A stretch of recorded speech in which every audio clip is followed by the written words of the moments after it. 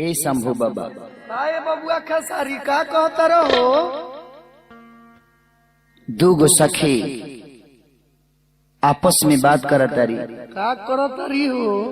एक जनी कहा तारी कि ये सखी हाँ सैया जी रात मिले आई रहो, गौना के पहले वहाँ के मिल के गईनी, एगो ऐसन बात हमरा के कह के गवी कि हमारा पेट में सेट हो गई।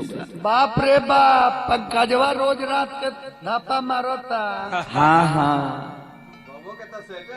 हाँ इहो के सेट ठीक है बा। उस सखी से का कहतरी, ए देख 1.5 लाख भाई तनी कुछ बजावा हो।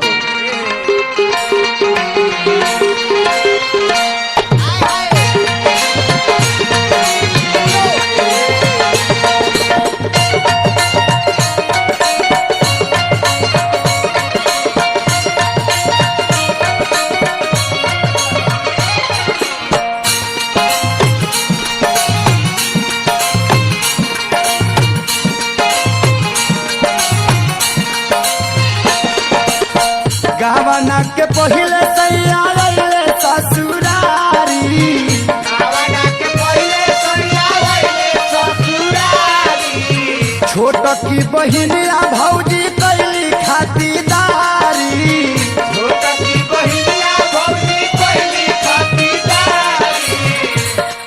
ए रामंजनी अंगे भैया तू कह दिया बोला बोला कि राजा हो कि राजा जी क्या सोची अइले अपना नेत में, सीते कह के गइले पेट में।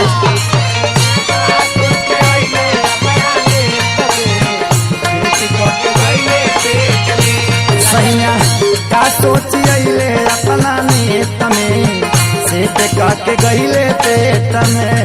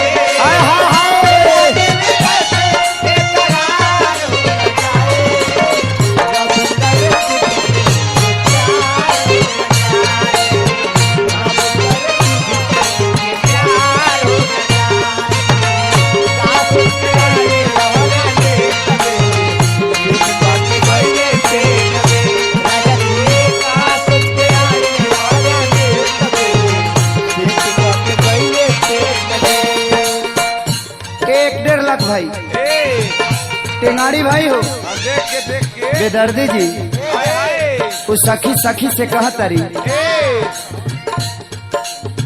पहिले पहिले जाइले ससुरारी में दुलरुआ, कोरा में सुतवले हमारा आँखी के पहरुआ, कोरा में सुतवले हमारा आँखी के पहरुआ, कोरा में सुतवले हमारा आँखी के पहरुआ।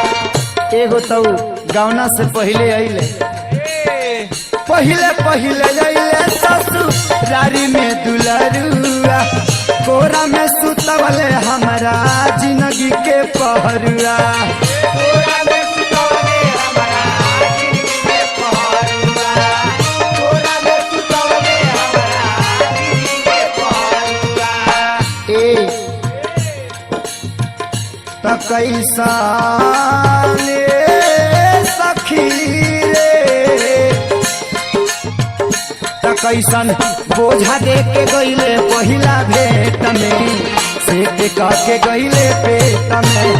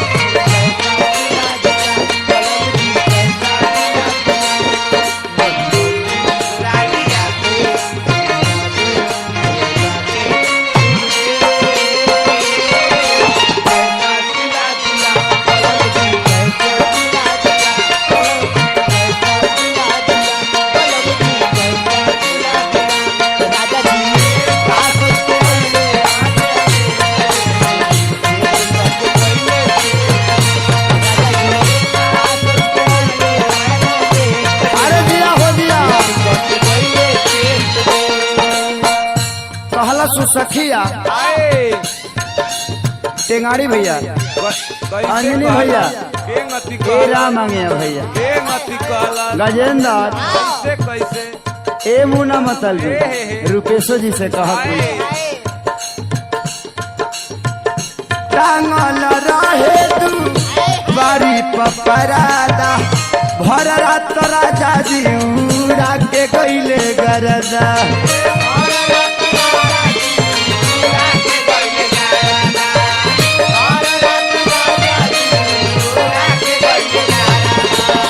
ए सखी टांगल रहे तू बारी पपरादा भर रात सैया उड़ा के गईले गरदा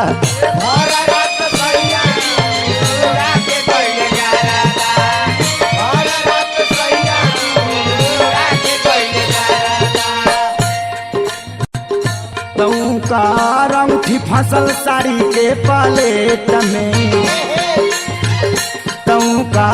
अंगूठी फसल साड़ी के पलेट में सेटे करके गईले पेट में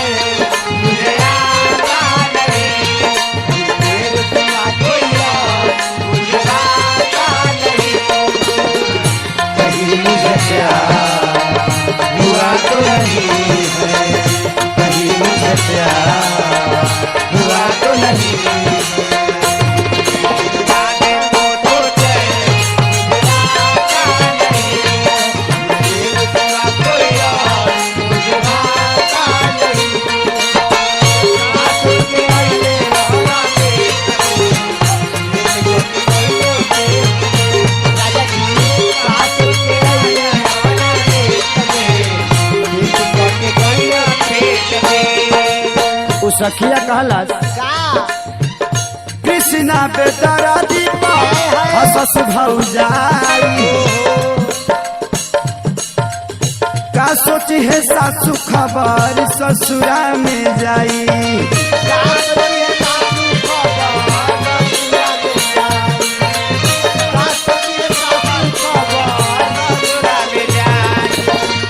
कृष्णा बेदरा दीपा हसस भौजाई का सोची है सासू खबरी ससुरा में जाई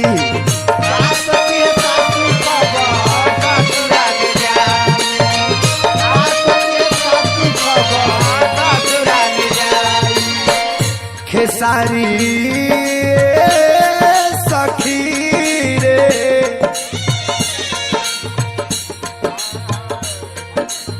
बैठा ना खेसारी डाल देहल फसरी हमारा घेट में खेसारी डाल देहल फसरी हमारा घेट में सेटे करके गईले पेट में